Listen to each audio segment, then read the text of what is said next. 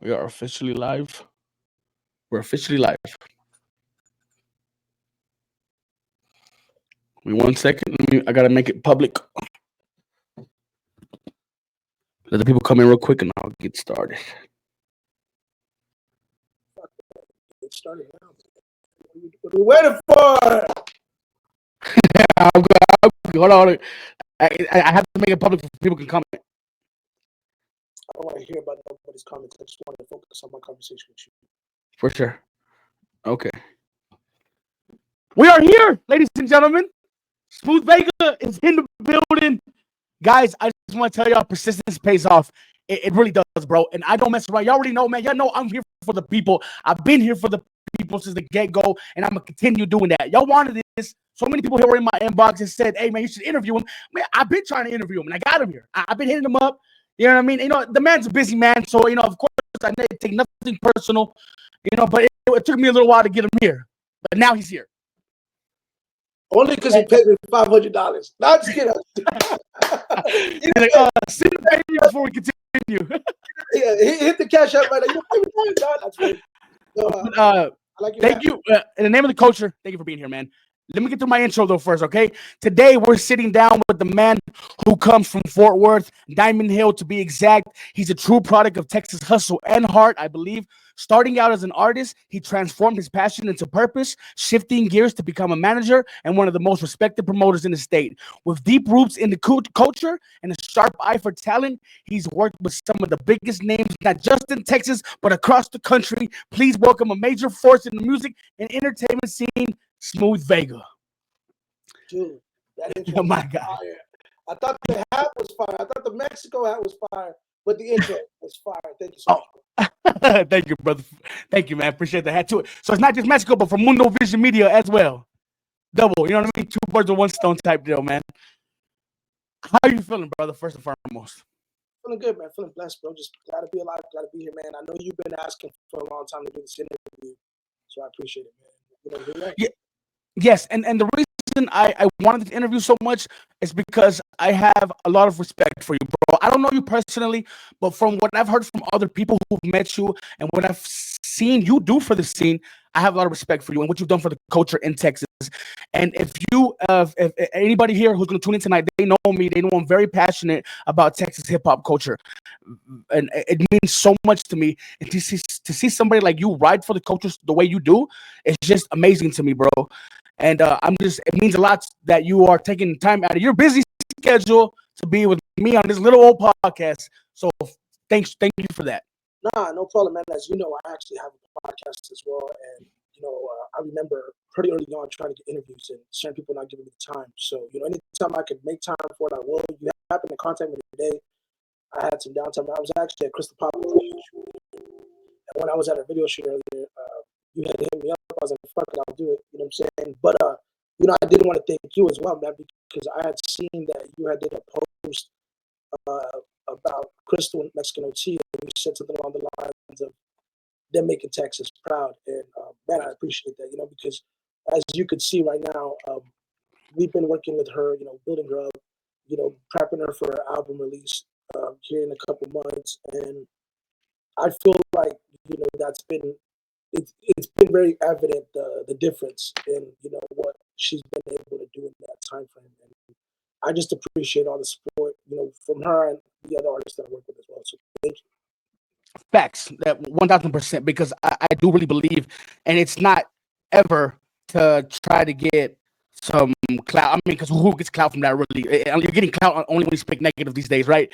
But I do it because I really do believe in Krystall Poppin. I believe she has the sauce, bro. And I think we've been looking for representation not only for Chicanos, but for Texas hip hop. But yeah, right now I'm talking about Chicanos, and I believe since Selena and SPM, we've been looking for that.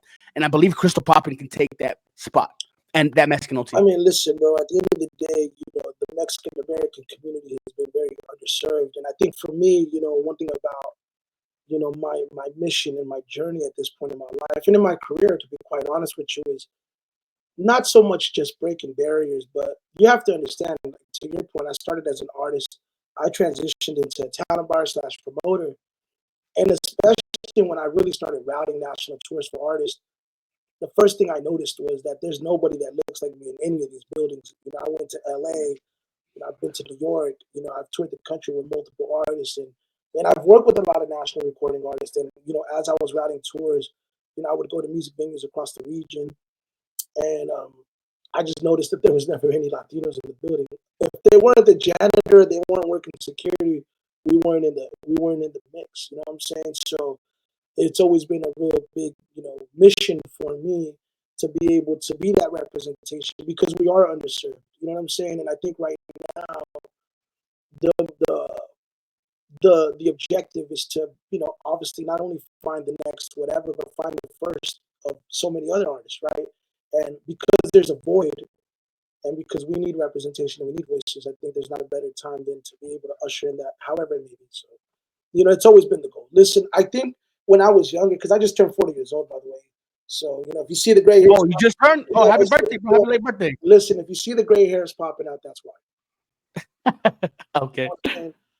But no, man, it's always been the goal, man. It's always been the mission to elevate and to trailblaze, man. Listen, right now, I've said this plenty of times, but like being Latino is cool right now. It's been the thing, you know, it's been in the last few years with the success of Bad Bunny, the success of Peso Pluma, the success of Sana Fe Clan, Carol G. The list goes on. Like there's been a really like solid group of talent that has ushered in, you know, music to open the doors for Latinos. And now it's just our job to be able to continue that and elevate it and do it to the best of our capabilities. So, you know, that's always been the goal. But yeah, I mean, listen, you know, going back to what I was mentioning to you about being a talent buyer during that time that I was going through those offices around those tours, you know, man, dude, it was very unique. And just to kind of see, well, shit, there's nobody like me here. You know what I mean? Like it became a responsibility, bro. And it hasn't always been easy because, you know, as you know, and I have a tattoo on my back. A lot of people don't have. I have a Spider-Man tattoo on my back that says, "With great power comes great responsibility," and it's because it's the truth. So when you take it serious and you do it for the past, Yeah, that's what Iron Man said to Spider Man, right? what's up? Oh yeah, I guess I don't know who said it. I just liked it. You you don't even know the history of that saying. Well, I like the fucking slogan, dog. I don't know about the comic book logistics behind it, but what I do know is that Okay, okay. Got you, but, got you. but there is truth to it. You know what I'm saying? And I Yes. haven't I haven't always known, you know, and I haven't always been able to identify, um, you know, the responsibility level. But I have a really good idea of that, and I have had that for quite some time now. So Heck yeah. Hey, so I think people can agree that when you took over Krystall Poppin's management, we saw a huge push on social media. The social media presence went up, and so what the freestyles that she's been doing was that your idea? so let's create a timeline here because what people don't realize is that I initially wanted to start a booking agency in 2023. I remember that. Yes. So when I was going to launch my booking agency, she was actually one of the first talents that I had spoken to because at that time, um, she didn't have any representation at that specific moment in time. And the funny thing about Krystall, a lot of people don't know this, is that in 2016, 2017, I want to say it was 16 though, I got tipped on her from a good friend of mine that passed away a few years ago. His name's G Spook, and he was like, him and another friend of mine was like, yo, you gotta check out this girl from El Paso. Her name's Krystall Poppin. I instantly shut it down because it sounded like a teenage little girl, Krystall Poppin. I thought it was like a 14-year-old girl, right? Okay. But whenever I heard of her, I always remember the name. Oh shit! Shout out to my boy Castro. I always remember her name. And at that time, man, like I didn't, you know, I wasn't really trying to manage. I wasn't really thinking about managing at that moment. But I always kept an eye on her, and I remember when she had did her deal with Ladium, and you know, because obviously she was working with GT. Um, you know, I always just monitored her success, and there was some conversations internally about me coming in and helping, even as far back as 2021. But when as far back as 2020, yeah, 2021, my bad. So when 2023 rolled around, um, yeah, we just started talking. I started getting to know her, but at least for me, it was very important for me to kind of put her through, you know, artist development and kind of work her through, like, you know, I understand she already knew, she already had like her thing, but kind of like let's find a way to enhance it and elevate it. So initially, believe it or not, when I took over her accounts, probably in May of 2023, we started this whole thing with the big boys. I don't know if you saw that. Like she was like showing love to the big boys, or like How long? Yeah, yeah. How long have you been running her well, that accounts? was 2023, May of 2023. So we did this big boy thing that it's funny because she tweeted something out like "Good morning to the big boys," and I saw it, so I called her and I said, "Hey, Krystall, I saw your tweet about big boys, right?" And I was like, "What does that mean? Like, what did you mean by it?" She's like, "Put it to you like this: I'd rather date Biggie than Tupac, right?" I said, Yeah, I said, do a video saying that, and I promise you're gonna go viral. And at that time, she had 74,000 followers. So bro. So you kind of sparked the idea for her to have that viral moment on that interview that went crazy, that shot her up past 100,000 followers. That was you helped with that. so what happened was it was so funny, dude. I wonder if she's watching this because she just messaged me right now. The cool thing about the situation that kind of played a part in it was when we went into the interview. True story. We went into the interview with the interviewer. I pulled him to the side. I said, interviewer. He's like, "What's up?" I said, "Do me a favor. Whenever you go on camera and you ask Krystall, ask her about her love for big boys." He's like, "What do you mean?" I was like, "Ask her if she would rather date Biggie or Tupac." I took literally what she told me over the phone and told him to do it, and he did it.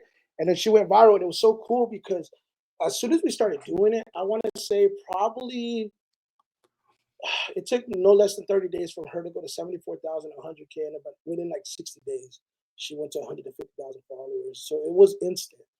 And then she kind of stopped doing it, and then we really kind of just over that time frame we're really just thinking of ways and kind of developing her and kind of understanding. I wanted to understand her, like every artist I work with. It is so important for me to understand who they are, so I know how to like step in and like really coach to that. So when I just took that time to learn her, bro. So anyways, we get to the end of this last year, and I was like, hey, going into this year, I want to really start focusing on putting out a project on you. Let's start creating a path for you. Let's develop a team, and let's really put this together now. Let's start tightening this up. Okay. And you know, I was like, this is how we're gonna roll out January. This is how we're gonna roll out February. This is what March is gonna look like. And part of the January thing was the freestyle. To your point, because I know that's what you asked, that was an accident. It was such a beautiful accident. I was in the driveway of Dairy Queen and something just hit me. I said, man, I think she should do a freestyle to this Biggie What's Beef track. And I just got the idea. I reached out to a friend of mine, and then it just kind of evolved and developed. And then when I saw how great it went, I said, man, we could double down on this. Because one thing I always tell people, the data will always tell you what works. The public will always tell you what works. So we saw it, it worked.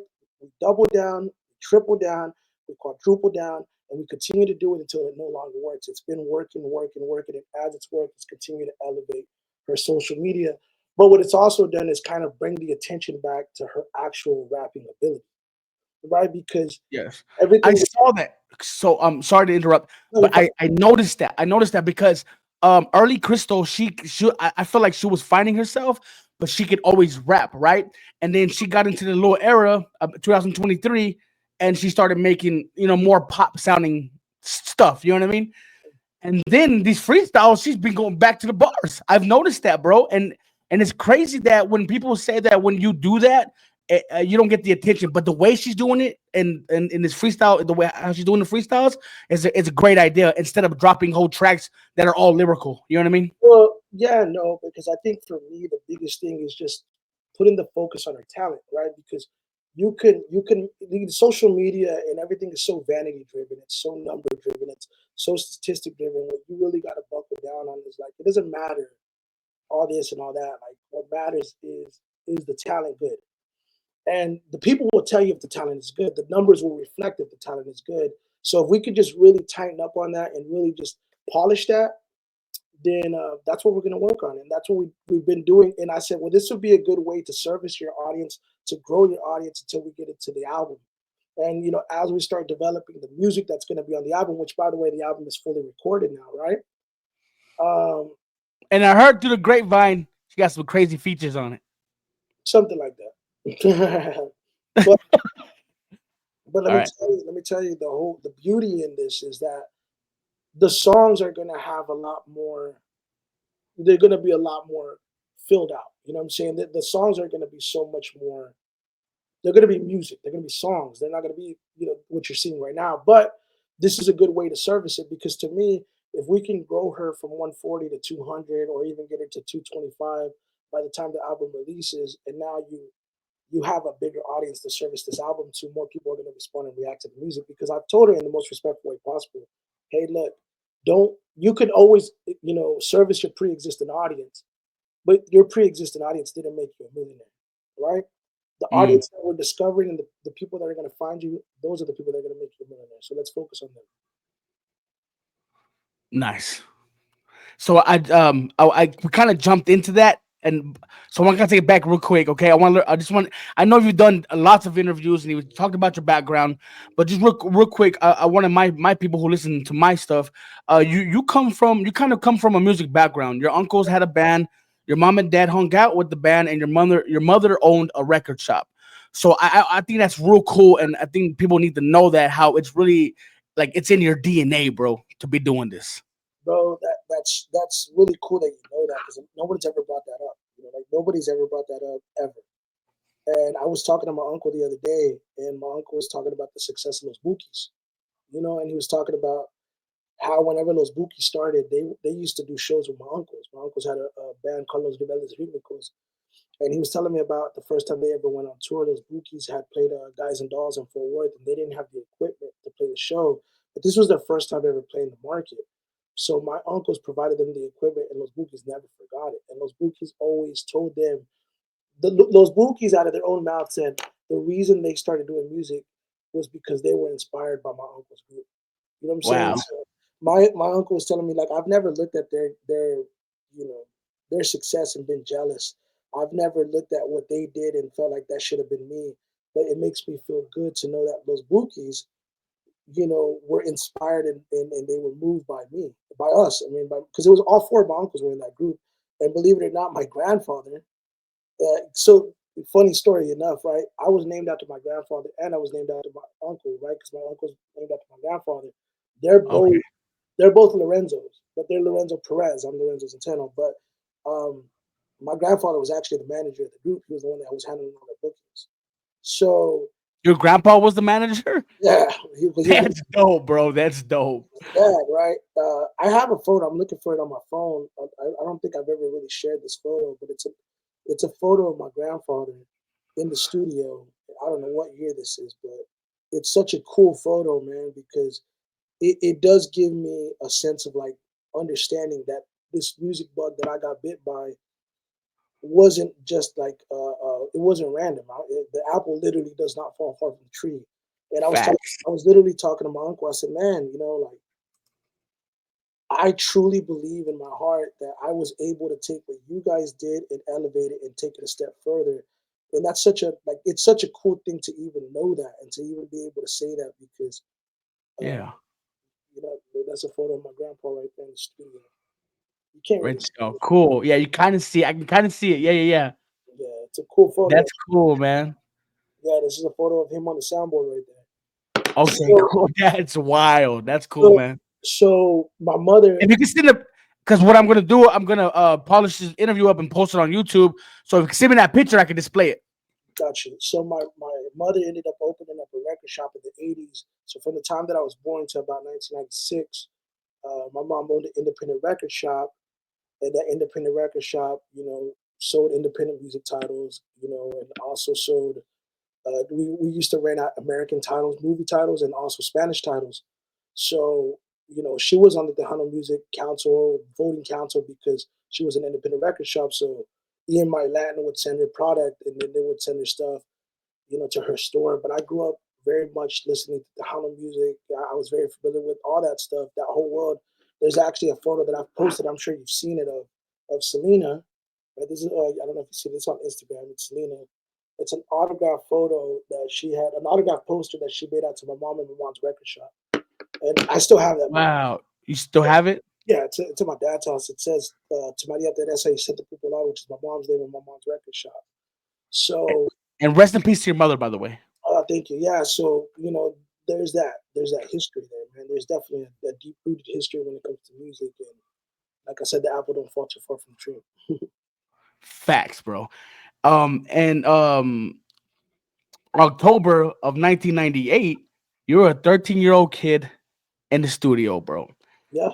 Did you ever imagine at 13 years old that you would become this promoter, this and a well-respected promoter, not just a promoter, bro, a promoter on a large scale, and a manager of some great artists? Like, did you imagine that at that age? I think if you asked me in October of 1998, because the first time I ever went to the studio was on October 23rd of 1998. I remember it like yesterday because it was the day that changed my life. Right? I was a troubled kid. Somebody gave me an opportunity and said if I stayed out of trouble, that they would let me go to the studio. They would take me to the recording studio because I had taken an interest in rap. But that day changed my life. I don't know that if I would have told that kid that one day I would be able to experience the things that I experienced, that I would believe it. But deep down in my heart, I'm not surprised because I believed from the time I told my mom and my dad I wanted to do music, and really my whole family, they kind of dismissed it. They were like, whatever, right? But Mhm. I've always been persistent. I've always had a passion for what I do. I love what I do, and I love it, right? So I don't know if there's ever been a point in time where I can honestly say, well, this was going to happen or that was going to happen. But Got you. Cause yeah, yeah. I don't think I'm surprised. I don't, because when you work hard, bro, the Let's go. only Let's go. only byproduct of working hard is going to be success or whatever it is that the goals that you're trying to attain. Facts, man. Cool, man. So, you did the rapping thing, and then you transitioned, and you started throwing your own shows. You became a promoter. I wanted to ask you a very important question, and why is it so hard? Like, did you start doing local shows first, Yeah, like just local rappers? I don't even think that I did local rappers. I think I initially started like the first really self-promoted event I did was actually in 2006, and it was funny because I had did a series of shows where I got booked for where I got paid, and my first paid show was $100. So anytime a promoter would hit me up, I'd be like, "I'm worth $100." Then I'd be like, "Well, I'm worth $200," right? So I would steadily try to increase my value. But the very first promoted event that I did was actually a video shoot that I did, and it was just me. I don't really, I didn't, I knew rappers like around the area. I was cool with a lot of the guys, but I always did it on my own for the most part. And then when I finally got to the point where I started doing like bigger events, it was like a cross because I did all age events. I was doing dance competitions, and in the dance competitions, I would basically, I would, yeah, I would just kind of, do a little bit of stuff on there. But yeah, I mean, it was just kind of like that whole era was different. That whole era was honestly probably I always look back at it with fond memories because it was probably the I consider like probably the peak of like because it was when it first happened, bro. You know what I mean? There's Yeah, nothing like the first time, bro. So when I started selling out shows, man, you got to remember, bro. I was doing social media marketing before it was called social media marketing. I had a social media presence let's before go. that was even a thing. Like I was on CPix or Mi Gente, I was on MySpace. I would promote on forums, on message boards, and when MySpace rolled around, I really was utilizing it in a way to redirect people to my shows. And at that time, we didn't have online sales, so when people would come to my shows, it would be pure walk up. And when you go from only making $100 to $250 a show to doing your own events, and now you're making $3,000, and now you're making $8,000, and now you're making $12,000, like it really changes your perspective on how you view the business. And if I would have known now, if I would have known then what I know now, I'm sure a lot of things would have been different. But I'm glad that I went through what I went through to get to the point that I'm at to understand, that side of the business. Got you. So, my original question was, why is it so hard for local rapper like to have? Is there money in throwing local shows with local rappers It just depends, man. It depends with the with no headliner, no celebrity headliner? Yeah.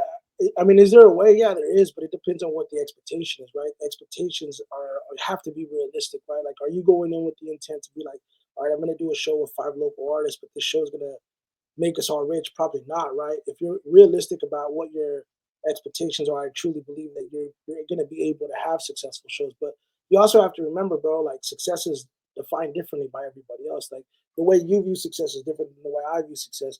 the way that somebody else might view a successful show might be different than the way somebody else views a successful show. So you just have just knowing what your target is. If you're, to me, a win is performing in front of a new fan, period, right? But if you can perform in front of 30 new people, 40 new people, 50 new people, 100 more new people, like that's a win, bro. Like it truly is a win. So, uh, can it be Nice. profitable? Yes. Is it lucrative in the sense of like you're going to get rich? Probably not, right? But I would encourage anybody that isn't getting booked to find a way.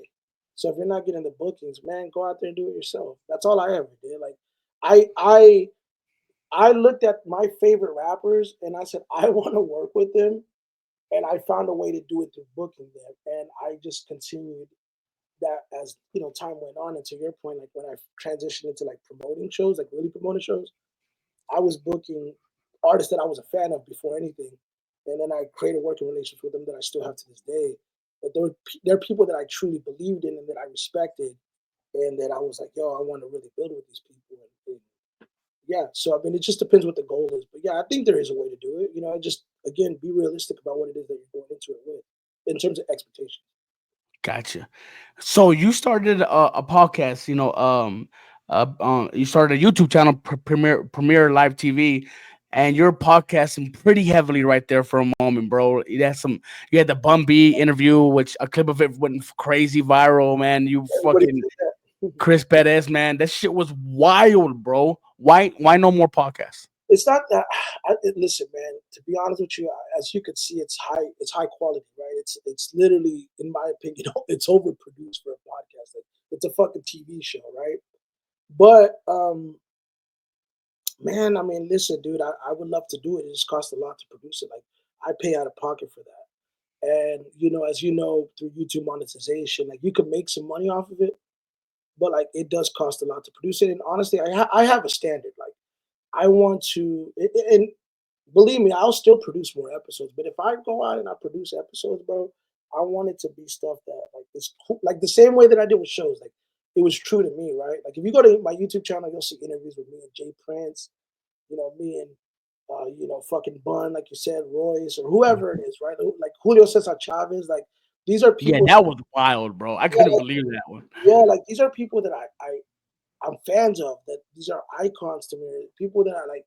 It's for me, to be honest with you. Like I just love the conversation aspect of it and Mm. being able to document it. If all else for me, but yeah, man, I don't think that I've stopped doing it completely. I just don't do it as frequent. But if somebody calls me tomorrow and says, "Hey, Shaquille O'Neal wants to do an interview," I'm in the studio that day doing the interview. You know what I'm saying? It just has to be worth me wanting to do it and me wanting to invest into the production as well. But like, believe me, bro, like there's days where I wish I had a weekly podcast, because podcasting, as you know, you're storytelling, but it also helps your mental health. It keeps you busy. It's a Yeah. passion, and you're able to kind of meet people through this. So yeah, bro. I mean, I Yeah. definitely would love to do it again. It's exactly. I love it because my regular friends, the people that I hang around with, aren't really into the same things that I'm into. So when I have these conversations, these interviews with other promoters, managers, hip hop artists, I can talk about this stuff. You know what I mean? The stuff that I'm into. So that's dope. You know what I mean? That we could do that through this fashion. So you've worked with so many artists. It's insane, bro. We'd be here all day if we went through all of them. But I wanted to ask, how was it working with Nipsey Hussle? Man, dude, that one right there. If I had to really fall back and I had to really assess and analyze like a list of artists that proud of working with, it's endless for the most part because I have worked with a lot of people. But working with Nipsey Hussle, that deal was very interesting because I remember the agent at the time. Her name's Erin Larson. She was at Paradigm Agency. I had booked the Dave East, tour through her. She reaches out to me, and we did really good business with her. And Erin was one of the people that was a huge ally of mine. And in terms of in terms of the agency world, easily one of the people that was influential in helping me kind of elevate on the promoter side, right? She actually, I actually emailed her the other day and I thanked her because we hadn't spoken in years, but she manages Playboy Cardi now. And anyways, so she reached out to me. She said, "Hey, Lorenzo, do you want to book Nipsey Hussle's Victory Lap tour?"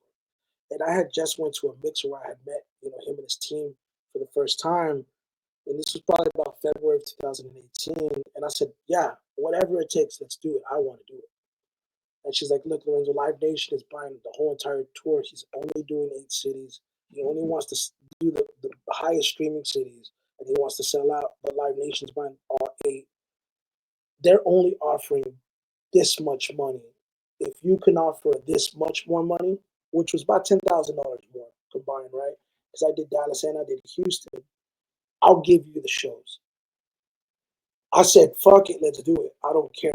I need that on my resume because I was so, at that time, it was so important for me to bulk up my resume. So many people focus, on the end result, but they never focus on the process to get to the end result. So it was so important for me at that time to be able to elevate. And, a lot of promoters go into the business with the mindset that you have to be profitable in every event. And the goal is always to be profitable, but nobody wants to lose money, right? Quote unquote. But in my case, even if I didn't profit or I didn't profit as much, it wasn't going to be a loss because I was forever going to be able to have that on my resume. You understand what I'm saying? And that Yeah. that gave me credibility. It gave me equity. It gave me buying power. It did more for my brand and my company than shows that I may have made way more money with because I had that name on the resume. You understand what I'm saying? So Yeah. I agreed to pay the extra money, and I remember Live Nation was like, "No, he can't do it." Because we were trying to do him at House of Blues, they're like, "He can't do it here because we want to buy him, and because we're both bidding on the same date. Fuck that, we're not going to sell it to him." So I was stuck without a venue, and I made the executive decision to reach out to House of Blues and work it out, and we were able to work it out. So there was such a process just to get the dates. So much so that even to this day, I never got the email data from all my buyers from the show because they wanted to withhold the information. But I didn't care Oh, because I used to get all my emails from my mailing list to let them know about my upcoming shows or whatever. But with the Nipsey tour, man, I'm very proud of it because it took a lot to happen. I did overpay, but the show still sold out. And I think because in this business, right, the promoter world, there's so much stigmas that are attached to the word promoter, right? Promoters often looked at as a negative word. Like I used to hear this all the time, man. "Hey, don't use the word promoter around me, man. It makes me want to take a shower. It's such a dirty word, right?" And I would try to say, "Well, I'm a talent buyer, right? Or I'm a whatever, right?" The reality of it is that a lot of promoters need to rely on a number of things to sell tickets, to sell out, right? They charge performers to perform, or they'll have 10 opening acts to try to fill up the room, right? So it was a challenge not only to get the show, but it was also a challenge to be able to sell the show out with nobody else. And luckily enough for me, Nipsey's team, right, did not allow opening acts. So when we went out there and we did these shows sold out with no openers. So now I not only got these shows, but I sold out these 2 shows with no opening acts, just pure promotion. And so, in that sense, that show for me was very special because I not only was able to land the show, both of the shows, but I was able to sell that many tickets with no opening acts, with no support. So there's no way that anybody can discredit me as a promoter with these shows and say, "Well, he needed 10 opening acts or he needed to charge people." Like, I didn't need any of that. It was just solid promotion. So I'm really proud of it. But also, creating a working relationship. I was with Nipsey and his team, a month before he passed away, and I still have a relationship with his manager or the person that was his manager. I still have a relationship with him to this day. So yeah, dude, it was special, bro. For real. Yo, I can't hear you. Can you hear me? I can't hear you. I can't hear you.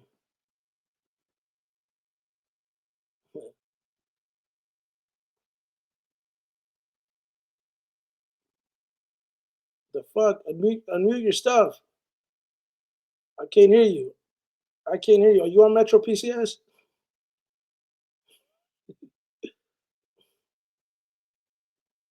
Yo, what the fuck's going on? Bro, I can't hear you. I can't hear you. I can't hear you. Oh, there you go. You said 1 minute. Oh, okay. He's pointing at his ears. He's saying he has to clean his ears.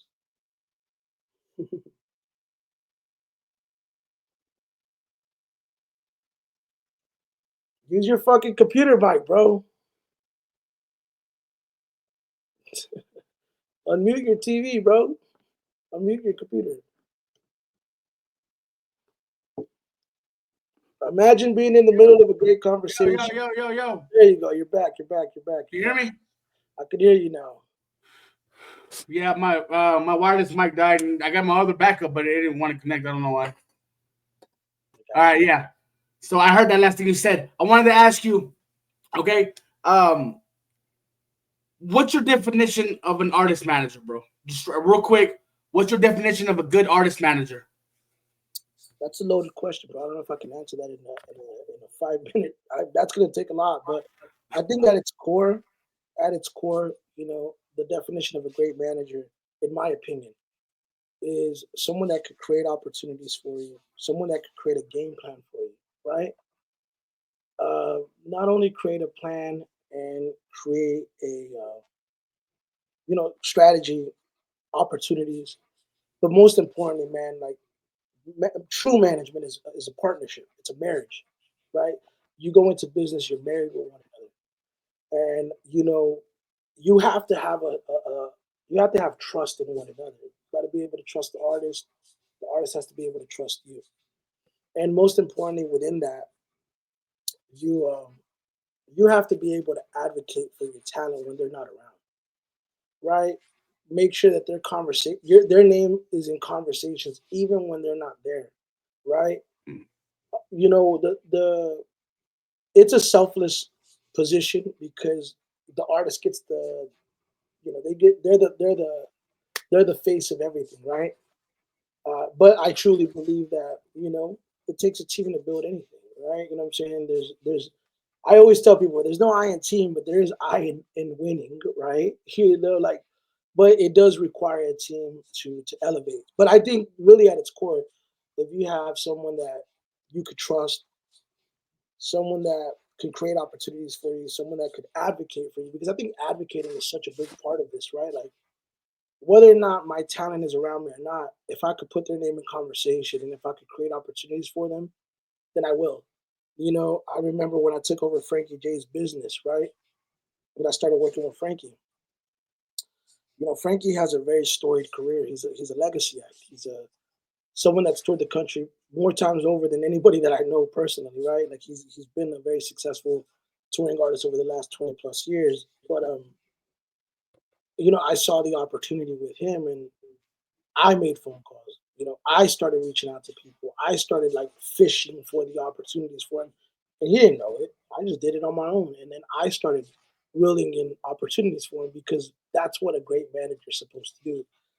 But one thing that I think Never Die told you is that I'm a hybrid, right? I'm a new age executive, a new age manager, like because of the background that I've experienced as a promoter, as a talent buyer, you know, as an artist, because I still can songwrite, I can still produce music, and all these roles that I've been able to play, I'm able to kind of apply that in a way that I'm not just a manager. I can act as a producer. I can act as a booking agent. I can offer the services of like social media marketing and social media promotion or whatever fucking adjective you want to use for strategy, right? I'm able to do those things because a lot of times whether it be record labels or whether it be independent artists that say, you know what, man, like I need to get better in this area, they go and they hire somebody to do those things, right? So Yeah. if they had a $10,000 budget, a $20,000 budget, a $50,000 budget, they allocate X amount of dollars to these people that do those things. The thing is, I'm an all inclusive type of situation. You know what I mean? So I do all of those things. And that's stuff that people may not ever know and people don't need to know because that's not their business, right? But I think to me, to be a really great manager and to be able to have success in this role, you have to be able to do that. Attain resources, leverage your resources, and and just really kind of build in that game plan and trust. And I think everything else will fall in place. But advocating is such a big part of it, and just being able to to have a mission and an objective. Because I think way too often people go into working relationships without a vision, and understanding one another's vision is so important. But more than anything is having a plan. What good is driving 100 miles per hour in a car if you don't know where you're going? Eventually, you're going to run out of gas. You got to be able to have a destination, and I think just being able to understand one another is important. So, I mean, it's I could go on, and on, Yes, for sure. but We, hopefully that gives you a little context. thank you very much. Yes. Do you think it's? Do you think is it hard to manage more than one artist? I mean, it can be. I think ultimately the reason why that's always a challenge is because I look at talent individually. Like I don't couple them together, right? Like, that's the misconception of it. It's like you own a Mexican restaurant, you own a pizzeria, you own a Starbucks. Like they're all their own businesses. They all have different clientele. They all reach different audiences. Uh, I think as long as there's a game plan for every one of them, it's not as hard as one would assume. But everybody wants your time. Like everybody wants my time. I'm sure, and there's probably a sense of like everybody wants a little bit of that exclusivity. But if I'm able to allocate, I always tell people this: I will give you 100% of my time whenever it's your time for me to give you that time. I can't give you 100% of my time all the time because then I'm not going to have a life, right? So I will give you 100% whenever I'm dedicated the time to you. So if me and Krystall are going to work with each other for 1 week, for that 1 week, I will give her my 100%. And not to say I wouldn't give it, outside of that, but it's like, you know, I have to, be able to give everybody time accordingly. And sometimes certain people, want more, demand more, or ask for more. But for the most part, like I don't think it's as challenging as one would assume, but it can be. It can be because at the same time, what if all four or all three? Let's just say I have five artists, right, or six artists, or three artists, or two artists. It doesn't matter. But let's just say they both take off at the same time. That's when it's now. Now I have to learn how to delegate. Now I have to learn to bring in other team members. Now I have to learn to, you know, have other hands involved. But I think that's something that you you you have to be able to forecast in that sense. And I feel like I've been able to do that. But it can be, but it's not necessarily. I don't know if that answers the question. So how does it work? Like if Krystall Poppin, like you're the manager, right? So like every time she hits up with the opportunity, just go to the manager, right? What happens when your artist takes an opportunity without consulting you? Luckily enough, that hasn't happened. That's never happened to me, to be honest with you. Is that what is that like in the contract? Don't do that. The Oh, artist. it's not. It's not even that it's in the contract. It just never happened to me. There's such an understanding between me and the talent that I work with that just never happened. Has never happened. Luckily enough. But for the most part, like if an artist goes, hey, I'm gonna go hang out with them, I'm gonna go do a song. Comes another artist, like I don't give a shit. Like do whatever you want, right? But when it pertains to like a deal, like they usually, I'm always involved in any deal. Like that's just, I don't know. I've just never been faced with that. Believe it or not, man. I don't know what Yeah. that's. You know what I mean? If an artist does want to work with somebody, do you not do like a do you not check their background first, like stuff like that? What do you mean? Oh, like if they go and collaborate with somebody. For the most part, the artists that I work with, they're all gonna work with artists that they understand the business enough to know like if it's not a situation that's gonna enhance their brand, or they don't see a situation going past a certain point, or if they're just fans of the artist, like bro, that they're more than allowed to do whatever they want to do. Like I'm not like you have to do it my way or it's no way. Like nah, whatever you want to do, man. But in terms of a deal, like I don't think I've ever been part of a situation that I was like at least any artist I've ever met. Like, it's always been pretty.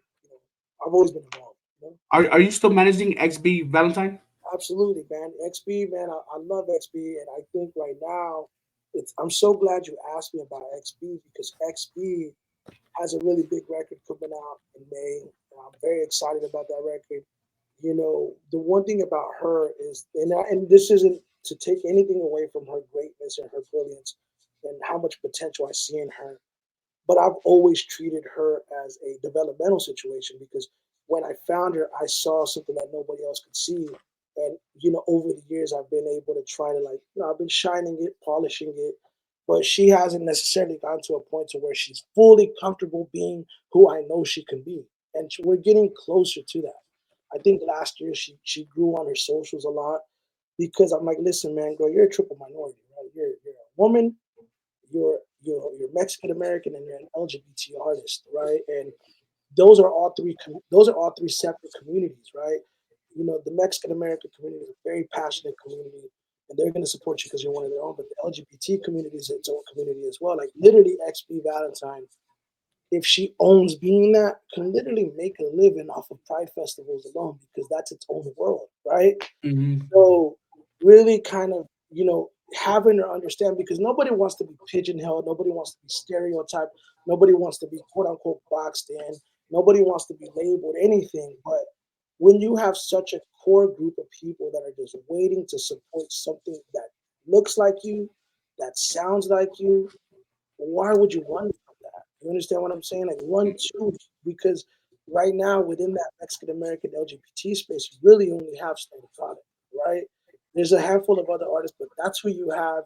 And you don't sound anything like her. You know what I'm saying? So like you can be an alternative to that if even that. Like you could just it's not even a thing. Like y'all are two separate artists, but you now are giving a variety to that audience that wants to support. And so why not continue to buckle down on that? Remember when we talked about the freestyles earlier? Yes. I said when it works, double down, triple down, quadruple down, and continue to do it until it no longer works. Anytime we've ever focused on that aspect of her career, she succeeds, she elevates, and it grows. So I mean, I'm excited so much about her song coming out in May because we're rolling it out the last week of May, and then we're gonna advertise it and really put a marketing plan behind it all of June, which is Pride Month, which is obviously for the LGBT community. But she has a really big record coming out. I'm excited about it with another prominent LGBT Mexican American artist. Nice. Would if SPM got out this year, would you book him or interview him? I don't think I would book him. And I've already interviewed him. I have an interview with him on my YouTube channel. Believe it or not, that interview actually was the first time he shouted out Mexican OT and Mexican OT shared that on his Instagram when he had like 4,000 followers. So That's right. I remember that. I remember that. yeah. I've already interviewed him, but it But depends. would you interview him like in person when if he got out this year on parole? Would you interview him face to face? Man, I don't know. I think it depends on the circumstances, bro. It really depends. Like I feel for me, like well, he's not gonna get out this year for one, but I know. But if it, but yeah, I already know that he got denied bond, so we got to wait 2 more years for another parole board meeting. I don't know. But I don't know. I don't know. I think if I did it, it would only be for views. I don't feel for me like that's not why I do stuff. Like I don't do stuff for views for clickbait. I do stuff for purpose. I always tell people I don't move for money, man. Strippers move for money, man. I move for purpose. So I don't know. I mean, I don't want to say no, and I don't want to say yes, but I'm leaning towards no. I'm leaning towards no. got you. Were you behind XB Valentine's idea to make a video saying that she was not going to perform at Day of Unity? I don't want to say I was behind it, but did I encourage her for sure? Because the biggest thing about this was that at the end of so in 2021, I believe he shouted her out, right? Or 2021, he shouted her out, and it was a moment, and she was happy. But because you know she's experienced what he's in prison for, right? Um, she started letting me know as far back as the end of 2022, like, hey, like remove all mentions of him on my page. I don't want to be associated with this. So there was a long paper trail of this prior to her deciding, you know, I don't want to have nothing to do with this. And so for me, like I just, whenever basically long story short, people started contacting her through Instagram to perform at the Day of Unity. And to your point, remember you asking me a little while ago, have they ever done deals outside of you? Both her and Krystall got approached separately, but it wasn't they didn't approach me. So they brought it to me. and I didn't tell them not to do it. I think Krystall was initially going to do it, and then when they asked XB, Oh, Krystall Poppin was thinking about doing it. she was originally going to do it. Yeah, I think initially she had committed to doing it, but she was kind of uncertain because what was happening was during that time,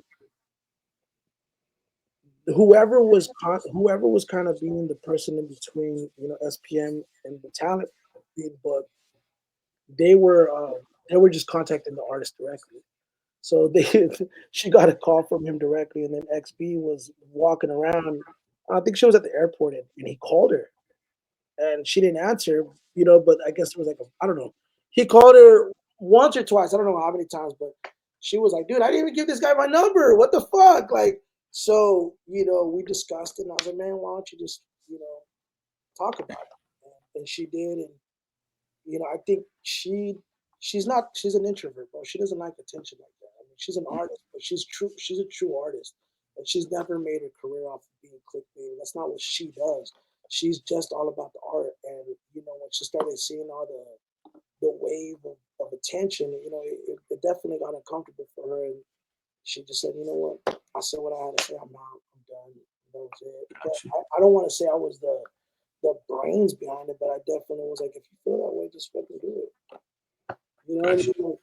The thing you have to understand about managing talent is that, the most success. I'm gonna go off the handle here for a second, or off subject for a second. But I grew up watching professional wrestling. I'm very passionate about professional wrestling, but not because of the the the wrestling, right? Everybody's like, it's fake, right? I'm like, no shit, motherfucker. Of course, Yeah. right? But I'm intrigued by the character building. I'm intrigued by how talent gets enhanced. I'm intrigued by how they're able to market and promote this one product and keep it going year round, selling out arenas all across the country. Right? I'm intrigued by it. And I've talked to a lot of pro wrestlers on my podcast, and they said the most successful pro wrestlers are themselves with the volume turned all the way up. Right? So I encourage every talent that I work with to be themselves with the volume all the way turned up. And so if XB feels passionate about something, if Krystall Poppin feels passionate about something, be that and be that all the way. Don't halfway be that, because people will see that and they'll see that you're not confident in being who you can be. So um, that being said, she did it. She said it. Came in and went. I haven't heard about it till today. So you know um, that's kind of it. Gotcha. Thank you so much. We're wrapping it up. Thank you so. I appreciate you. Fuck, I agreed to 2 hours. You paid me for 2 hours. We only used 1 hour. What the fuck, dude? We go for 2 hours if you want to go for 2 hours. Yeah, man. Fuck this. Well, I told you 45 minutes, and we're passing that. I just wanted. I mean, I still got some questions to ask you. You guys, whatever. Yeah, man, for sure, man. So, I know it's a touchy subject. Touchy subject. Um, um, I got people want info, and I'm providing it to them as the best way I can. So I wouldn't be doing my job if I'm not asking you these questions. You can pass, you can do whatever you want, and I respect it 1,000%. I think everybody can agree when we say that you and Louie the singer were a great duo, and I'm not asking you to get into details or nothing like that. But how does a relationship like that just end like that? Uh, I don't think it's ended. Okay, a hiccup. Y'all are brothers, right? Huh? A hiccup. I don't think it's ended. I don't think it's ended at all. You don't think it's ended at all? Not at all. So what did we see on social media? Uh, Listen, man. I think this is kind of where, like, for me, can I be honest? Yes. I don't think it's any of your business or any of anybody's business, to be honest. Say it again. I'm sorry. I don't think it's any of your business or anybody's business for that matter. And I think that whole situation needs to stay offline. So, out of respect to the situation, I'm gonna keep it offline. Facts. No. That's what I said. If you don't gotta ask, you don't have to answer. Yeah. Facts. I got you. Okay. No problem. No problem at all. I had to ask it. People were telling me to ask it. Okay, so I did my job, guys. All right, I know they wanted me to ask it, but so not talking about Louis, but that's the best thing to do, right? Because it's a professional relationship that you have with your artist, right? I feel like I have a personal relationship with everybody I work with. You know, Is that a smart thing to do to have a personal relationship I think with? I think you have to have a personal relationship in order to have a professional relationship. Because the foundation of a professional relationship should start with some form of a personal relationship. Now, obviously, you don't want to get too tied in, but for the most part, like there's no way you can have a really solid working foundation without having a personal foundation. Because you have to know one another. You can't just jump into business. You can't get married to a stranger. You can't get married to someone you don't know. Like you got to date, motherfucker. You can't just go and say we're getting married. Like, and then they become somebody you don't know. So yeah, man. But I will say this too, man. Like obviously, doing your platform. You've been asking me for a while to do your interview. And I did your interview and I agreed to do the interview. But one thing I want to touch on, man, is it's so important that when you decide to go into the space of being a podcaster and doing interviews, and you decided, hey, you know what? Like I want to be a platform. Right? I want to be a voice. Yeah, It comes with the responsibility. It's already hard enough for Mexican Americans to get their foot in the door as musicians and in this music industry and to get taken serious, especially on the American side. So I say that to say that my challenge to you and to anybody, right? Because you mentioned my podcast, you mentioned that I've had big guests and I've had success with my podcast. I've always done it with integrity in the sense of like I've never really tried to like grab headlines or sensationalize stuff because to be honest with you, I don't need to. And I don't think you or anybody needs that. Like, don't be the soap opera messy platform because at the end of the day, there's already enough division within the Mexican American community. Don't perpetuate it. You know what I'm saying? So that's just my advice to you off the record, but or on the record, better yet. But nah, man. Listen, I mean, I do have a great relationship with everybody I work with, and I do that because Hold let me respond to that. See, I mean, it's what you consider what's being messy. correct. Um, I don't. I think you're talking about my question about Louis the singer. So I don't think that's messy.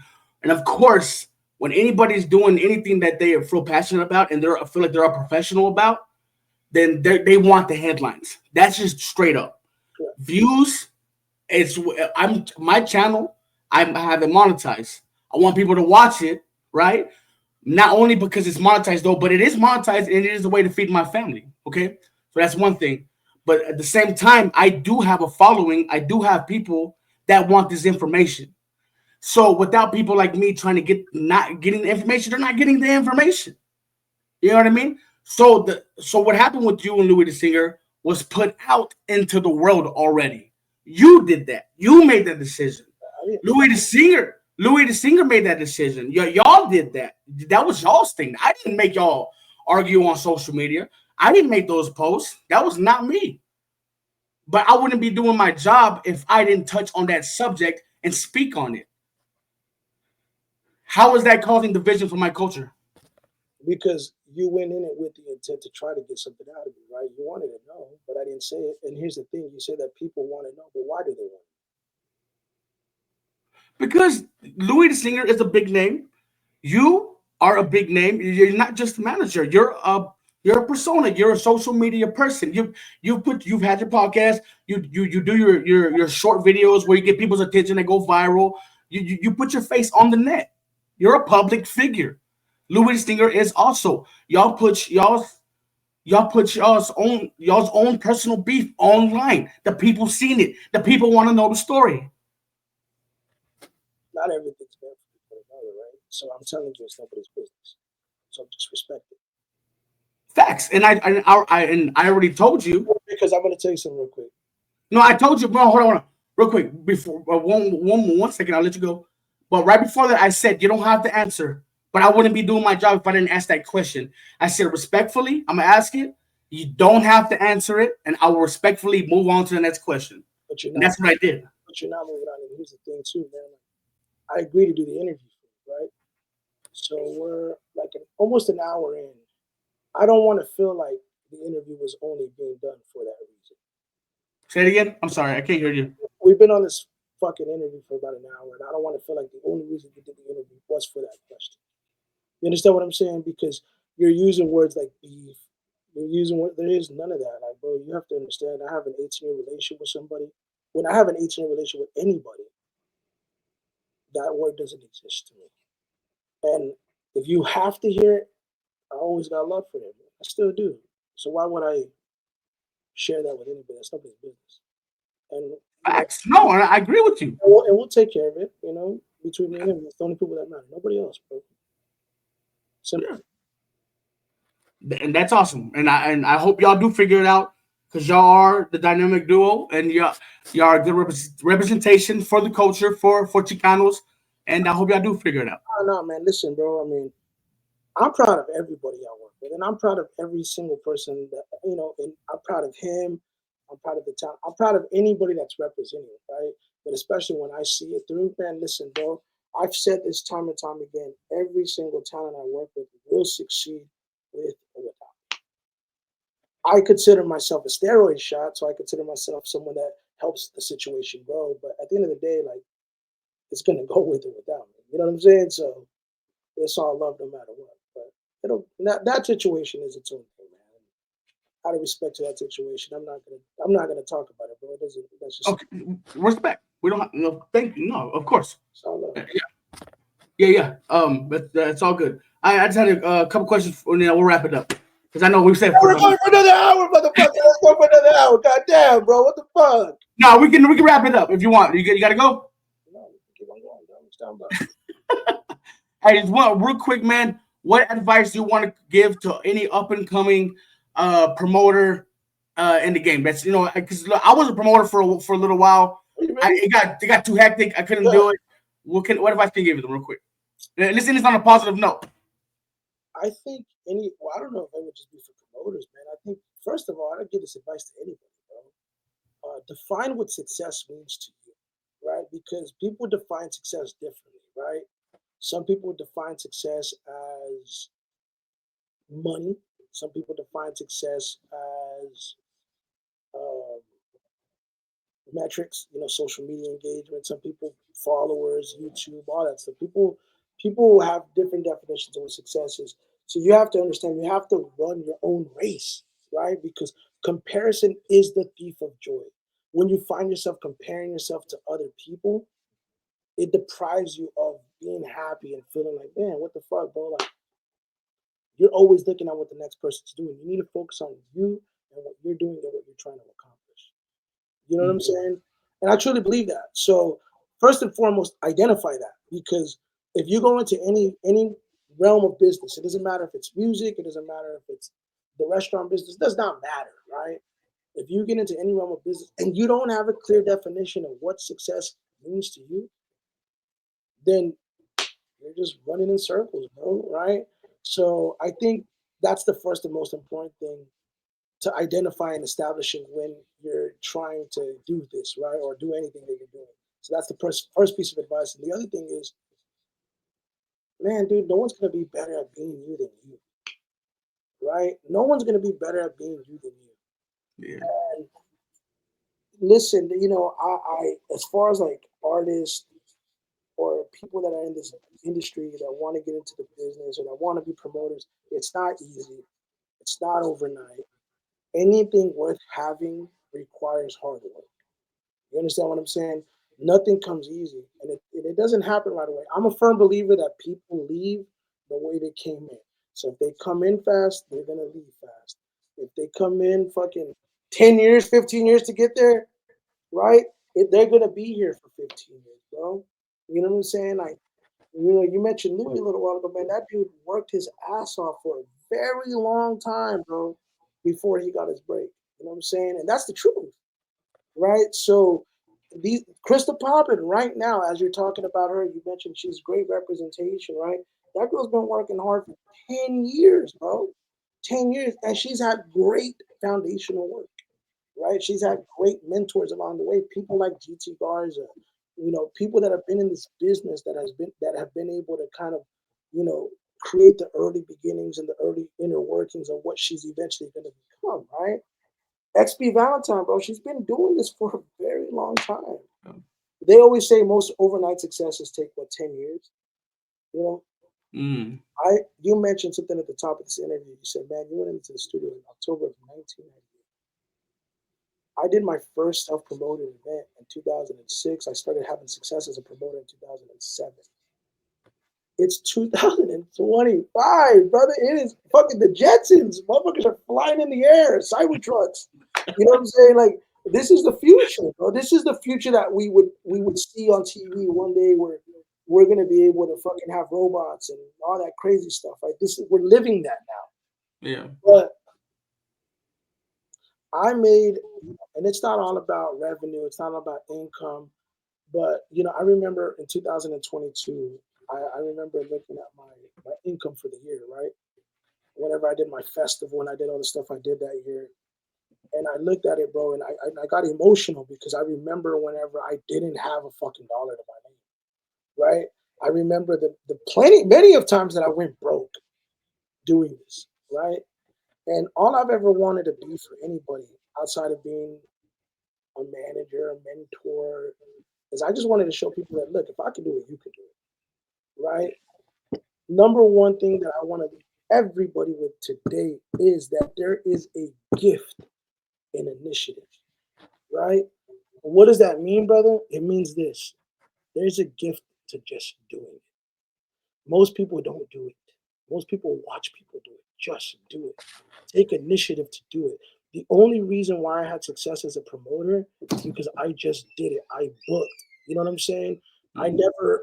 I said I'm gonna do it, and I did it. That is a gift, and it took me so long to realize that a lot of people aren't wired like that. So if you want to have success as a promoter, as a rapper, as a podcaster, as an influencer, as what the fuck ever, my son's in the back, whatever it is, right? Initiative, bro. Take initiative, bro. I promise you, if you take initiative, everything else will start to fall into place. But it starts with that, and then I think everything else will start kind of falling into place because there's so many steps in all of this, bro. There's so many things that have to fall into place for you to be able to have a path to get to where you need to get to. You understand what I'm saying? And that's I, just that's the truth. And don't be prideful, man, because way too many times people like to take pride in like doing things on their own. But understand, bro. Look, if my car broke down today, right? If my car fucking broke down, sure, I can eventually find a way to fix it, but it's gonna take me a long time to figure out how to fix it because I'm not a mechanic. I mhm. would rather pay the mechanic to fix it so I can keep it rolling, right? The same thing in your field, the same thing in anybody else's field. Don't be prideful. If you see somebody having success in the space that you want to be in, don't compete with them. Don't talk shit about them. Learn from them, man. You'll be surprised, man. I've never turned down anybody that's ever asked me for advice and called me, and that was genuine about taking initiative about doing so. So think about that. But lastly, one thing before I wrap up, bro, I do have to say this because I wanted to say this earlier. Uh, so earlier, like probably last year, going into this year, I wanted to really form a production team, and I wanted to form this production team called the Architects. And the Architects consist of me. I wanted it to be me, Clef God from San Antonio, my boy Chico from Fort Worth, and my boy S.A. Partner from College Station. I'm not sure if you know S.A. Oh, shout out to SA Putton. So, dude, let me tell you something, man. This Krystall Poppin album that we're working on right now, that has been something that I've been really working hard on the last few months. It's finally finished, recorded. We're gonna go into mixing and mastering. We should have the first, well, not the first. We'll have the new single off the project coming in probably in the next 2 to 3 weeks. We just shot the video today. But Mhm. SA is doing a lot of the production on the project. Me and him are tag teaming on this whole entire project. I've spent so much time on the phone with this guy, and just to kind of like, I really want to give him his props because, I've done a lot of interviews over the last year. And as we've started developing this team, he's been someone that I confide in from a creative standpoint. And so when you hear this Krystall project, I just want people to know that he's very much the other side to that project in terms of the music, in terms of creating the music. I'll call him at 1 in the morning, 2 in the morning, 3 in the morning. I'll call him at 1 in the afternoon. Hey, I got an idea. Can we do this? And he'll just execute it, man. And obviously, still sharp and still, and we're just kind of helping one another develop this sound that you're gonna hear in the form of this project, right? This project is gonna be. I really believe that people are gonna be shocked and it's gonna exceed expectations because if the freestyles have given you any indication, by the Mm. way, he's recreated all those beats. Those beats were not the beats from the artist. Those were Yeah, beats I knew that. I knew that. That's fire, bro. He's not to be played with, bro. That dude's on something else. super underrated, right? And I saw a video of him, and it's funny because like I'm a talent scout. You know, something I we didn't talk about is just the fact that I scout talent, bro. It doesn't matter if I go to Starbucks. If I see a kid singing, I think he's dope. I'll get his information. You know, I don't get excited when I meet new talent because I'm one of those guys that likes to see people last. You know what I mean? Uh, but you know, with him, bro, like you know, he's always I saw his videos. I've always known who he was, but I saw a beat that he made for Paul Wall, and I reached out to him. And now Paul Wall's using that as his intro on all the shows that he does when he performs. Mm. When I saw that, I was like, this guy got some heat, man. He has it, and he just hasn't been put in the situations, at least not as of recent. And I want to be able to provide him with a pathway. And I told him, listen, man, let's start this production team. Let's go hard. Let's fucking kill it together. Mm. But let's start with the Krystall Project. And as soon as the Krystall Project comes out, I promise you everything is going to change. So we've completed the project as of this week. And man, Nice. I just want to give him a shout out because, you know, like I said, I don't know if people really understand that, you know, he's playing a big part in this, you know what I'm saying? And yeah, bro, so it's dope. Can you leak one feature? Yeah, for sure. So she Ooh, let's has, go. she has Paul Wall on the project. Obviously, she has Frankie J on the project. Oh man, She man, has, that's fire. I want to save one of the songs, right? I'll save the one of the songs, but Let's she go. does have a record project pad on the record, you know. So and it's like some real vintage 3 6 Mafia shit. But her and Project Pat, I don't think anybody's gonna know what to expect with that. But Oh shit, bro. I can't tell you the rest because then Yeah, you're gonna. yeah. No, understandable. Understandable. Thank you for that, though. That's You dope. gotta do That's me a fire. favor. You gotta make me a promise that when you hear this project, bro, do like a review and you I know. got you. A matter of fact, I can give you an idea today. Mundo Vision, right? That's the name of the podcast, right? So we're gonna do a Mundo Vision review, and it's gonna be like 5 stars by Mundo Vision. Whatever rank you Let's get, go. Hey, that'd be fire. Okay, I'm on with it. 1000%. we're gonna start the star ranking, but it should be out June. I want to say June 20th or June 27th is the time. Okay. You know what I'm saying? We haven't really figured that out, but I'm excited, man. Because listen, dude, like Texas is it's in such good shape right now with all the artists that are coming out, all the female representation that's coming out, and listen, man, you know, to conclude as far as Krystall's concerned, the same way I feel about XB, man. These are talents that have always had it there. They, I just I want to be able to pull out something that they haven't gotten pulled out of them yet. Like Mm. you gotta pull it out, man. And I feel it so strongly about this project. I feel it very strongly about what XP is doing, man. And I'm excited for them, man. It's gonna be really good for those girls. And then whatever else happens, man, I got some stuff up my sleeve too, man. Stay tuned, dog. Just be careful, man. You know, you'll see some cool shit coming up. You know. Hell yeah, man. Hey, I'm very excited, and you're doing a great job with Crystal and XB, man. I'm very excited to see what they got coming, bro. Um, do you have any? Well, I had a question for you. I had a No, question. ask, bro. I mean, I know we've been going for a while, but Yeah, I had a. God damn it, I just lost it, bro. I had it in my damn head. freestyle kid. First, I want to give some shout out. Shout out to J Vaz, who was in earlier. I don't know if Yeah, he's still here. that's my guy, man. Shout out to Shout freestyle. out to Texas Pesci. Shout out to Low Key. Shout out to everybody, man, who tuned in tonight, man. Castro Escobar, Castro. Young Casino. Listen, man, Castro. He's a guy that I spoke to maybe like 2 weeks ago. And I had a really good conversation with him, just mentoring him because Did you?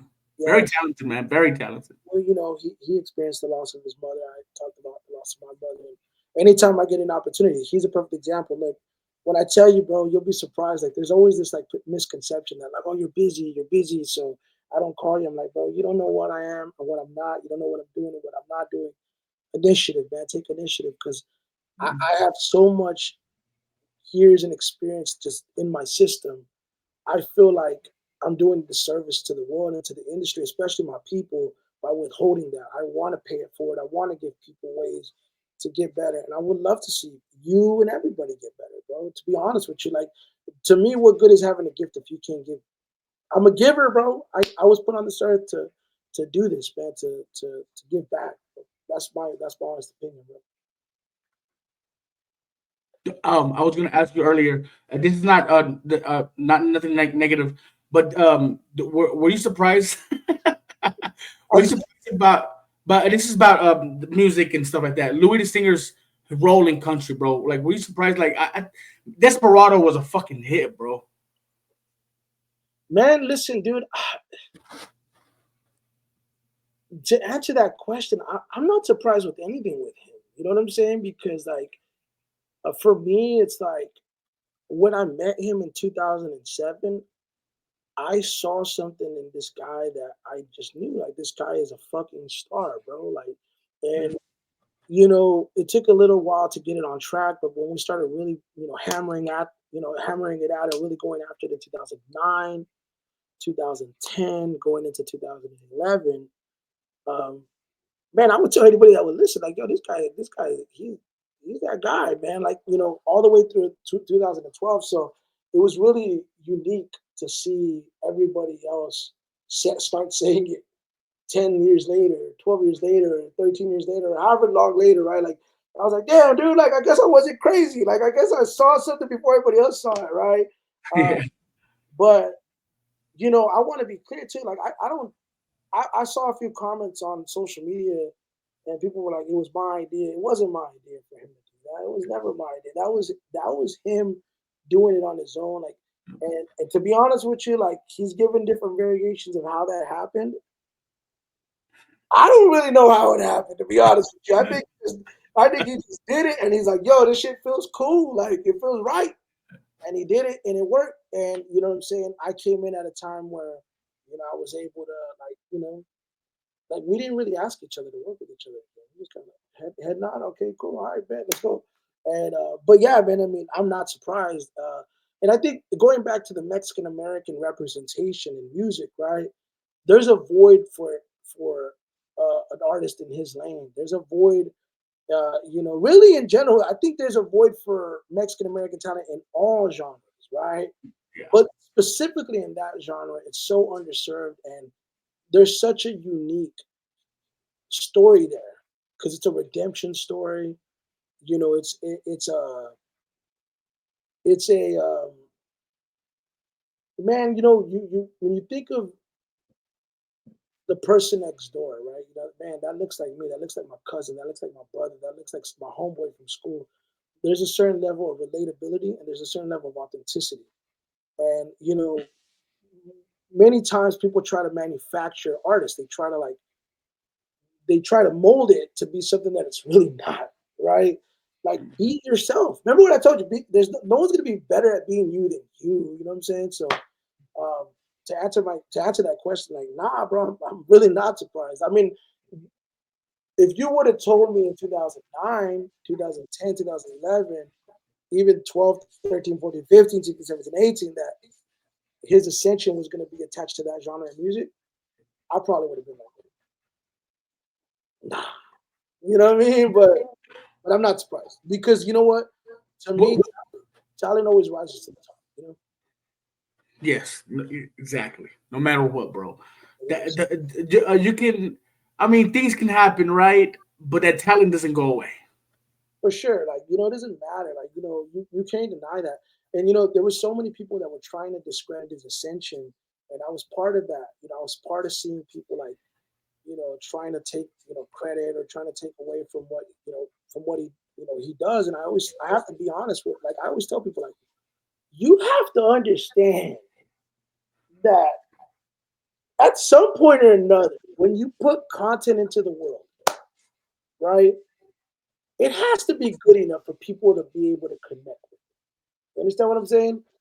And going back to pro wrestling, because I'm a pro wrestling fan, I see that with Krystall Poppin. You got to earn that world. Shout shout out Eddie Guerrero. Hey, shout out, you're right, TNA Wrestling. out to Eddie Guerrero, man, the GOAT, bro. Shout out to his daughter. She's been following the show, and it's a lot of love. Oh, awesome. listen, man, like you're either a good guy in wrestling or you're a bad guy in wrestling, right? You're either a baby face or you're a heel. So the Mhm. role of a baby face is the good guy is to go out there and get the reaction, like let's see him win, rah, right? The role of a heel is to make people react and make them boo. Boo, we don't want you to win, you're the villain, boo, right? Here's the thing. They both, whether you're booing or you're cheering, you're reacting, right? Mhm. Within music, you That's know what back. you know what I'm about to say here, because within music, at some point or another, you have to be good enough to make people react. You gotta, you gotta make people react, whether they like you or they don't like you. Gotta make them react, and Yes. that's only gonna come down to one thing. It's you, right? Yeah. A lot of artists put their content in the world and nobody reacts. And I've heard this in pro wrestling. Man, the only time you need to worry about what you do when you go out as a performer, only worry when nobody makes any noise out there. When there's nobody cheering, that's when the fuck you should be worried. You know what I'm saying? But I say that to say, when I've seen people try to discredit, what he's done, I'm like, bro, you have to understand that you still got to be good enough to make people react. So let's just overlook the fact that you're talented. Let's overlook the fact that you're good looking. Let's overlook the fact that you are skilled. You can't you that's those are things you just cannot teach. It's the same thing right now. Like if I'm pushing out a video on an XB Valentine, or if I'm pushing out a video on a Krystall Poppin, and let's just say the freestyles, because we go back to the freestyles. I don't know if you've seen the numbers, bro. Yes. Yeah, numbers are going crazy. Crazy. Crazy. It's there is a little bit of polarizing there, right? Where there's some people that love it, there's some people that don't love it, there's some people that get it, there's some people that don't get it. But guess what? They're reacting. You know what I'm saying? And you gotta be able to make people react. You know what I'm saying? Yeah. So that's it, bro. But yeah, I mean, it's cool, bro. It's cool to see that. You know, somebody said, "What up, baby?" Oh, oh, oh. They think that baby get the Leah. They think I'm the cumbia king. You know, they used to tell me that in high school all the time, bro. I was saying, why did you say what up, Amy? They think I'm the cumbia king, dog. You look like, yo, that's crazy. Hey, you did that video about him when he called out San Antonio, huh? I did. You know what, man? Me and AB actually were really cool at one point, and when I interviewed Chris, we fell out. And I What was he thinking, man? man, listen, I don't dislike AB. AB actually showed me a lot of love. I actually have an interview with him on my YouTube channel. We did an hour and 45 minute interview, and he showed me Uh-huh. a lot of love. So I feel a little bad, saying to do that. But it was cool, man. I can admit I probably shouldn't have done that one, but it is what it is. I got a lot of engagement, man. Sometimes engagement, not all good, not all engagement is good engagement. Yeah. It- Yo, so when you do your little those videos, like you've done several, like with that Puerto Rican rapper, right? What was that? life, Yeah. yeah. Yeah. So like these videos, like do you write them before? Because you do them so professionally, bro. It's very very good. Do you write them and rehearse them before you do them? I Uh, always talk about that process. you know what? Yes and no. I have an outline of what I want to do, and I just kind of like there has to be just like anything else, an intro, a mid, and an out. And so I if I'm a rapper, I treat my pieces of content the same way a rapper treats their 16, the way they treat their 16 bars or their 12 bars. Like I really do put thought into it. But I wouldn't say it's scripted. I guess loosely scripted. I kind of already know what I want to say, but I don't go in there like I read off the teleprompter. I'm just like, all right, you know, Yeah. Yeah, so that's what I do. When I make some clips too, I just get on here and I just edit out all the mess ups or like yeah, but yeah. if And I go too far.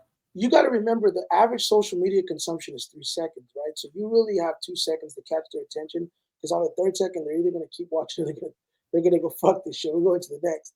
And really, that's maybe not even the average. Most people don't even give it that much time. So the thought behind content for me is you got to slap people in the face the moment it's the feed. It has to be like, yo, what the, whatever, right? Mundo, mundo. hey, we get that, right? You know what I'm saying? It has to go right to it because Yeah. that might be the only time that you get people to engage, bro. But yeah, man, I do put thought into it, man. I wouldn't say I scripted, but I just like I know what I want to say. You know what I'm Because saying? the reason I asked is because like you do them so well, so I told myself, did I write my stuff out before? You know what I mean? So maybe I do better. You know?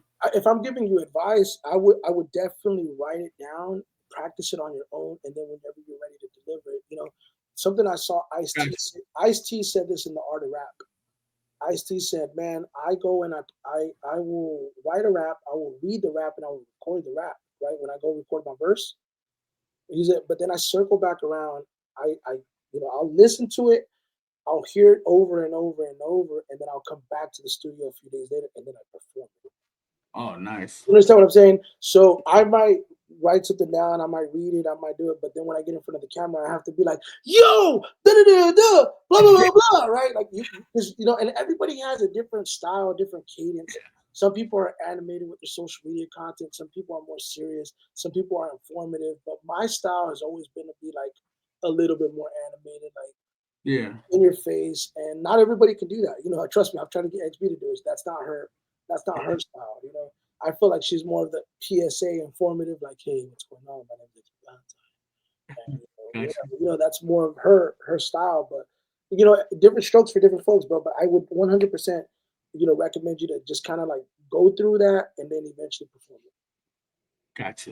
And it's because I feel like it kind of saturates my saturates what I'm saying when I try to write it down and rehearse it Yeah. instead of just going in there and just going off. You know what I mean? Because then I'm more passionate, I'm more live. But I feel sometimes I'm not saying what I fully want to because I'm not writing it before. You know what I mean? So I have kind of started write kind of write some scripts and shit like that. But shout out to Lalo. Lalo's in the building. He is Carla's brother. Yeah, How was it with having Krystall Poppin work with Carla? I love Carla, man. I think Carla's a really talented girl. She's a smart girl. I think she still has a really strong future. And I'm very impressed with everything that her and her brother have been able to accomplish thus far. And when you talk about Mexican American talent, she's one of those girls that like has done great. Hey, don't they remind you of Snow and her brother? Damn, never thought about it. Never thought about it that way. A Isn't that little, crazy? a little bit, but I think the only reason why, because I've known Snow. I knew Snow since 2008, bro. Like she lived in Fort Worth. You know what I'm saying? So I don't want to say I was there at the very beginning of her career because she was already doing music before she came to Fort Worth. But I was definitely here before her brother moved down here. And whenever her brother moved down here, I want to say he was a freshman in high school. So Mhm. he's younger than her. Lalo's older than Carla, but I see the dynamic. You know what I'm saying? For sure. That's pretty It's cool. pretty. I think it's pretty cool to tell, like what brother and sister little duo and shit like that. Yeah, for Okay, sure. so you had your ins and outs with Snow the Product, and you ended up being cool with her. You booked her for a show, and you even did a shot with her. And you don't even drink alcohol. Yeah. Yeah. Also, Snow and me have such a long history, man. And like, I don't know what she'll say about me now, but I've always kind of considered her like a prima in the industry, like because we shared a lot of moments early in our career. We talked a lot. She was the first person to ever encourage me to get into management.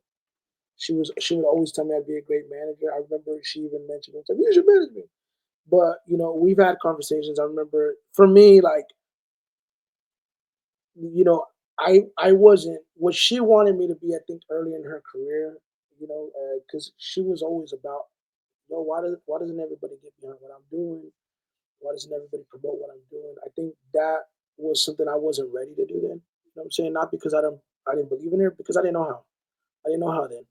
Yeah, but as years progressed, I started kind of learning it, and I was always motivated and encouraged by her words because she would always be very positive about, hey Ben, you manage, and it was consistent throughout the course of my career. I remember we were in the studio probably around 2017 or 2018, and she's like, "Bro, you would kill as a manager. You would make so much money as a manager. You're great at what you do." And then in 2019, she flew down. I booked her for a club gig, and she flew down, and we sat down and we had a meeting at the studio. We talked for about 2 or 3 hours about working. It just didn't happen. It just didn't happen. I don't know in what capacity we were going to work, but we talked about working together. And I will say the last time I went to LA, she picked me up from the hotel. We went out to eat, and it felt so good to know that despite after all these years, there's still like a level of respect. Because that video you're talking about, I took a shot with her twice actually, but there's a video that I took a shot with her at the Santa Fe Clan concert, and that to me, that night in specific was meant so much to me because it's like she was playing in the arena, she was opening up for Santa Fe, or she was supporting Santa Fe, and I remember going backstage to the arena because they gave us all access passes. I had four, and I remember looking around and I said, "Man, there's nobody from Fort Worth here except me, right? Other than me and my guest." And she could have given those passes to anybody else, but she still had enough love and respect to be able to do that. And I thought that was so cool. So I vowed that never say anything that's not good about her in a sense because we've gone through our history just like anybody else, man. Like this business is very competitive, bro. And so people have a tendency to talk about one another and say stuff about one another, but at its core, nobody really hates each other. Nobody really knows each other enough to hate each other. They might dislike each other professionally, and I can admit that there was times where me and Snow didn't get along for sure. But um, man, she's undeniably and arguably going to go down as the greatest Mexican American female rapper of all time, and possibly the greatest Mexican American rapper of all time. Fuck the gender. Let's go, bro. I agree, man. You know what I'm saying? Let's go. Like there hasn't been an artist in our community and what she's been able to do on the touring side over the past 12 plus years. She's toured the country. She sold out shows. You can't name a male Mexican American rapper that's been able to do that and sustain that over that time period. Facts. Only her. And she's never had a platinum hit. She's never had I don't know if she's charted on Billboard, but she's never had the machine be put behind her, and she's been able to connect on this level, and it's so impressive. And her being a woman on top of that, because women, and I know speaking from experience because I manage women, right? They experience a whole different type of hardship. They experience a whole different type of uphill battle, and so to see her do it, and then do it with her family, do it with her brother, do it with her cousin, uh, Yes. make it a family business. Is very, very admirable, very respectable, and very impressive. So, you know, I'm glad that I got an opportunity to see that journey. I'm glad that I was in my own small, itty bitty way part of that journey, and I'm proud of it. Let's go. Super proud of That's it. Heck yeah, man. Thank you for that. I'm gonna wrap this up, man. I got thank you so much for your time, brother. This was a great conversation. I really learned a lot from you. And That's where you try to be messy, you fucker. bro was trying to be messy, wait. But no, for real, Smoothvega, I wish you would really get to know me a little bit more because I'm not a messy person. I'm fucking with you, dog. I'm fucking with you. I'm glad. I'm glad because I really do care about the culture, and that's why this interview was very important to me. And I'm glad that you came on my platform and for over an hour and a half. We said 45 minutes. It's been an hour and a half. So, thank you for that. Thank you for giving me your time and letting my followers know what it is, man. We're from Smooth Vega, and what you've done for the community, for the culture in Texas, should not go unnoticed, man. Thank you so much, brother. Listen, For bro, real. I'm gonna say thank you. Thank you for everything. I know I was giving you a hard time, but bro, I really Yeah. like listen, man. Like I didn't want to be an asshole about it. I just needed to let you know because so many Fact. people wanna start. They want to be part. They want the tea, right? They all want the tea, Yeah. Yeah. Yeah. but there ain't no tea over here. You want tea? Go to a Yeah. relationship. Yeah. Of course. Like I said, Go to don't have. 7-Eleven. You know what I'm saying? But I say that to say though, I do appreciate it because you asked some great questions, man, and you brought up a lot of things that nobody's ever brought up, and I appreciate you doing research. And thank you, man. Awesome. Thank you for the respect. Thank you for being supportive. And just know, man, it's all love, bro. I'm Thank not. you. I'm just giving you a hard time. Appreciate it. I'm gonna screenshot. That's gonna be the thumbnail. You're gonna get censored. So, one last question. I asked this from all my guests. What is your favorite childhood memory? Number one. Woo, boy, how dare you? The first thing that comes to mind. Man, I mean, shit, bro. The first thing that comes to mind is my grandma's house because that's what you're asking. But I just think being with my mom and my brother, dog, like that to me is my favorite memory. I can't specify it because, the older we get, bro, the more that time passes, the more you're like, fuck, It bro. I'm gets old. cloudy, right? Yeah. And I still, we own my grandmother's house, so I still drive to her house and I'll park in the parking lot, just eat there by myself because nobody Oh, lives. really?